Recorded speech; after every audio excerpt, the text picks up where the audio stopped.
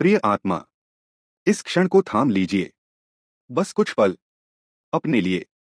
अगर आप यह वीडियो देख रहे हैं तो शायद आपका मन भारी है, शायद कोई चिंता भीतर ही भीतर आपको थका रही है, शायद कोई अपना समझ नहीं पाया, या फिर आप जीवन को अपने हिसाब से चलाने की कोशिश करते करते अब थक चुके हैं। आज हम उस सत्य को छूने वाले हैं जो सुनने में बहुत सरल है, लेकिन जिस दिन यह समझ में आ जाए उस दिन जीवन का बोझ अपने आप हल्का हो जाता है। एक महान दार्शनिक ने कहा था, जो स्वयं गुलाम था लेकिन जिसकी चेतना पूरी तरह मुक्त थी।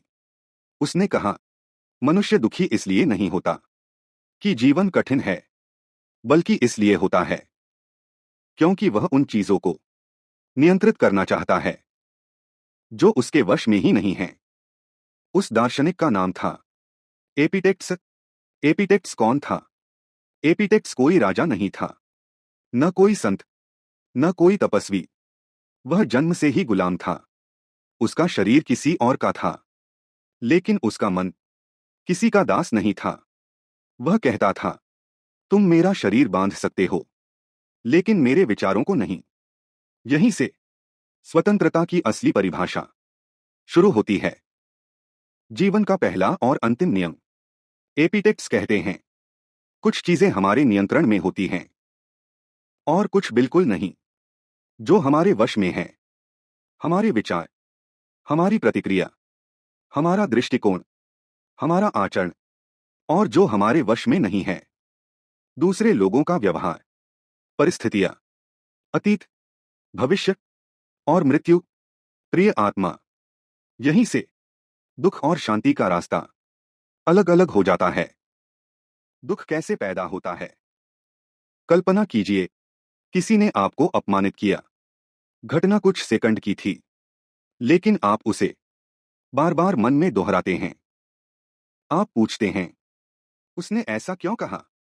उसने मुझे समझा क्यों नहीं? और वहीं दुख जन्म लेता है। एपिटेक्स कहते हैं, घटनाएं तुम्हें दुख नहीं देती, घटनाओं के बारे में तुम्हारी राय तुम्हें दुख देती है। परमहंस योगानंद कहते हैं, मन एक दर्पण है, जो तुम पकड़ते हो वही तुम्हारा संसार बन जाता है। जिस विचार को आप पकड़े रहते हैं वही आपकी ऊर्जा बन जाता है।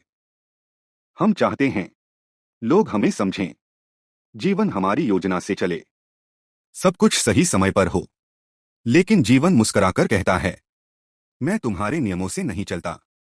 एपिटेक्स कहते हैं, जो व्यक्ति बाहरी घटनाओं को नियंत्रित करना चाहता है वह भीतर से हमेशा गुलाम रहेगा। आत्मसंवाद अभ्यास। अब एक छोटा सा अभ्यास करें। आंखें बंद करें, धीमी सांस लें, अपने मन की सबसे बड़ी चिंता को सामने लाएं। अब खुद से पूछिए, क्या यह मेरे नियंत्रण में है?